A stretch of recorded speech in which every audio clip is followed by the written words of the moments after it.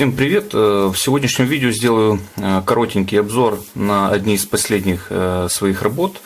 Это два заказа. Один набор из 3 аксессуаров, вот такой вот подарочный. И второй это прижим для денег с монетницей. Значит, по порядку. В общем, сам набор состоит из 3 аксессуаров. Это галстук-бабочка. Я на них уже делал обзоры. Вот такая вот красивенная кожа. Она не черная, с каким-то темно-вишневым оттенком. Лаковое покрытие. Кожа очень красивая. Вот. Ремешки делаю сейчас с пряжками. То есть это на данный момент наилучшее решение, которое вообще я делал в таких аксессуарах. Легко застегается, легко регулируется, комфортно носится, вот, не расстегивается. То есть я сам хожу вот именно с таким решением. То есть у меня есть бабочка в другом цвете. Вот, и ремешок у нее с пряжкой. То есть это все проверено на личном опыте. Под воротником этого ничего не видно. Так что кто там писал, что это непрактично. В общем, все проверено. И для того, чтобы писать подобные комментарии, для начала нужно попользоваться подобным аксессуаром, подобным изделием. Вот. Следующий аксессуар из этого набора — это ремень в брюки, выполнен тоже в черном цвете.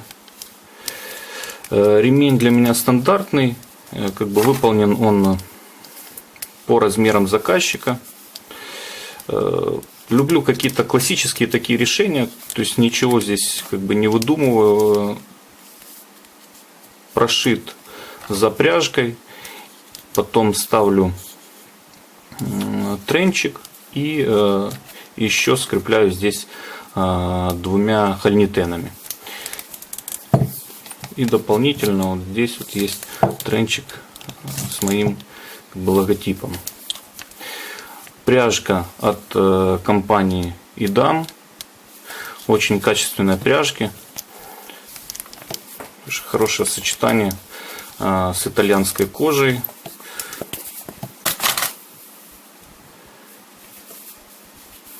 Вот изнанка. Изнанку, как всегда, заглаживаю, то есть кожа растительного дубления. Изнанку заглаживаю с клеем СМС и покрываю еще финишем.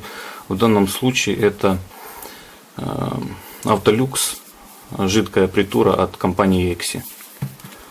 Вот такая получается гладенькая изнаночка. Торцы обрабатывал, тоже полировал с клеем СМС и потом вскрывал грунтом для торцов от Финичи. Сейчас очень часто им пользуюсь. Если у кожи сквозной прокрас, то торцы можно не красить. Этот грунт, он прозрачный, оставляет этот натуральный цвет. Вот.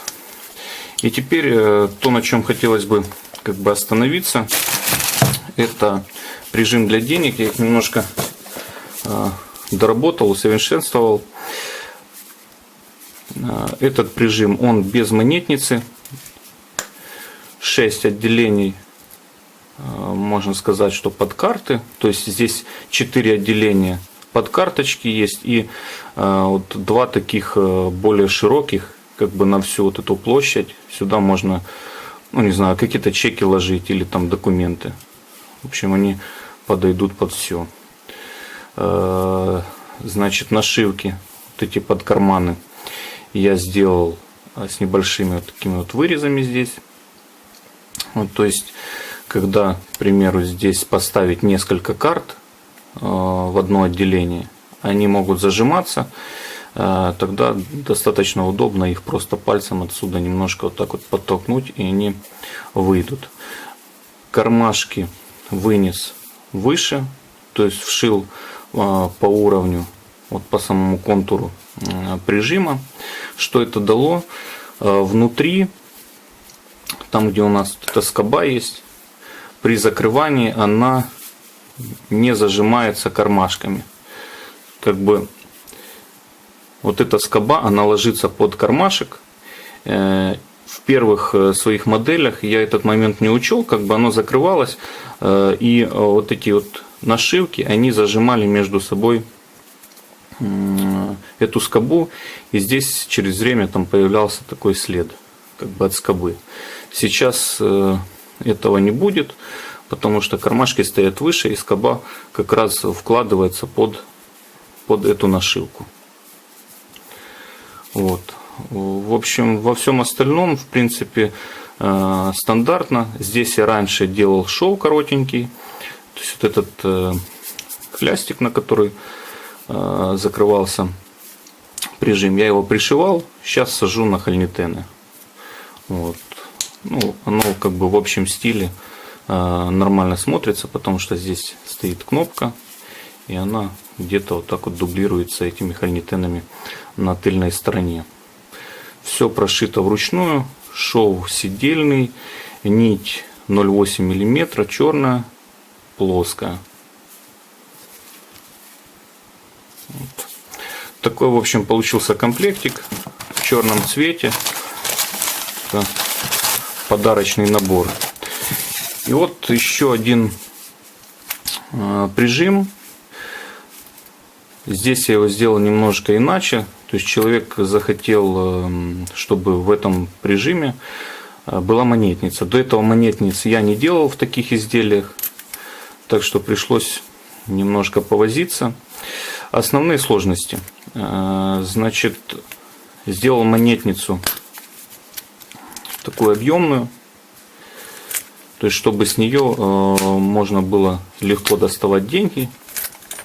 Вот, они здесь высыпаются, и легко их туда, в принципе, ложить.